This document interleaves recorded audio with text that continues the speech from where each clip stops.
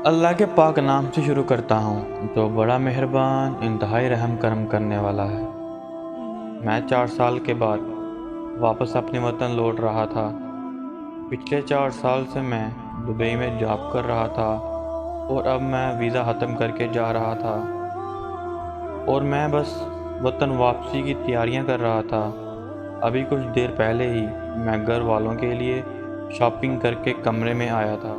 پچھلے 4 سالوں میں جاب کے علاوہ کچھ چھوٹے موٹے کام کر کے میں نے کچھ پیسے آج کے دن کے لیے ہی جوڑ رکھے تھے کہ جب وطن واپس جاؤں گا تو گھر والوں کے لیے تحائف لیتا جاؤں گا۔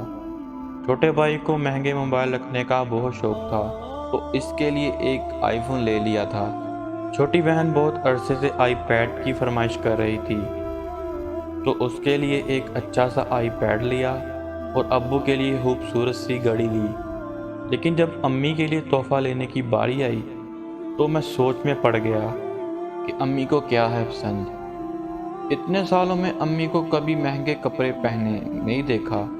گھڑی کا تو شوق ہی نہیں رکھتی امی۔ چوڑیاں، بالیاں یا انگوٹھیاں وغیرہ ان سب سے تو جیسے چڑ تھی امی کو۔ جب کبھی امی بازار جاتی تو بہنوں کے لیے تو لے لیتی، لیکن اپنی باری آنے پر ہمیشہ یہی کہتی کہ میں نے کیا کرنا ہے یہ پہن کر، مجھے یہ سب چونچلا پن لگتا ہے، تم ہی پہنو یہ سب، میں تو اس سب کے بغیر ہی اچھی ہوں۔ یہی حال کپڑوں کا تھا۔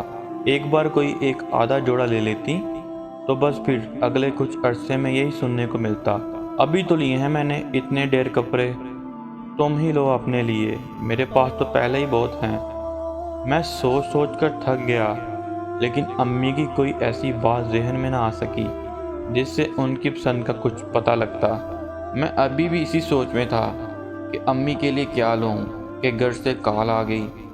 بہن نے فون کیا تھا، کہنے لگی بھائی آپ اتنے عرصے بعد واپس آ رہے ہیں تو آتے وقت میرے لیے دبئی سے ایک اچھا سا عبایا بھی ضرور لے آنا۔ میرے چہرے پر مسکراہٹ پھیل گئی کیونکہ میں اچھی طرح جانتا تھا کہ میرے بہن بھائیوں کو کیا پسند ہے، لیکن میں انہیں سرپرائز دینا چاہتا تھا۔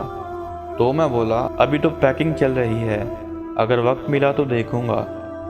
باقی بہن بھائی بھی فوراً جمع ہو گئے اور اپنی فرمائش کرنے لگے اور میں بس مسکراتا رہا۔ جو کچھ وہ کہہ رہے تھے وہ تو میں لے ہی چکا تھا۔ اچھا امی کہاں ہیں، امی سے بات کرواؤ میری۔ میں نے امی سے خود ہی ان کی پسند پوچھنے کا ارادہ کیا۔ مجھے بہت سوچنے کے بعد بھی امی کی کوئی پسند ذہن میں نہ آ سکی تھی۔ کچھ دیر میں امی آ گئی لائن پر اور حال احوال کے بعد میں نے پوچھا کہ امی آپ کے لیے کیا لاؤں دبئی سے، امی اپنی پسند کی کوئی چیز بتائیں۔ امی نے کہا او چھوڑ ان باتوں کو، یہ بتا کہ کب پہنچ رہا ہے میرے لال میرے پاس۔ میں امی کی پسند سننے کا منتظر تھا، نہ جانے کیوں یہ سن کر اچانک میری آنکھوں سے 2 آنسو نکلے اور میری گالوں سے پھسلتے چلے گئے۔ میں جان چکا تھا کہ امی کو کیا پسند ہے۔ اللہ پاک سب کی ماں کو زندہ سلامت رکھے اور جن کی ماں اس دنیا سے پردہ فرما گئی ہے اللہ پاک ان کو جنت فردوس میں اعلیٰ مقام عطا کرے۔ آمین ثم آمین یا رب العالمین۔ آنے والی ویڈیو تک آپ کا اپنا میزبان محمد اقدس آپ سے اجازت چاہتا ہے۔ اللہ حافظ۔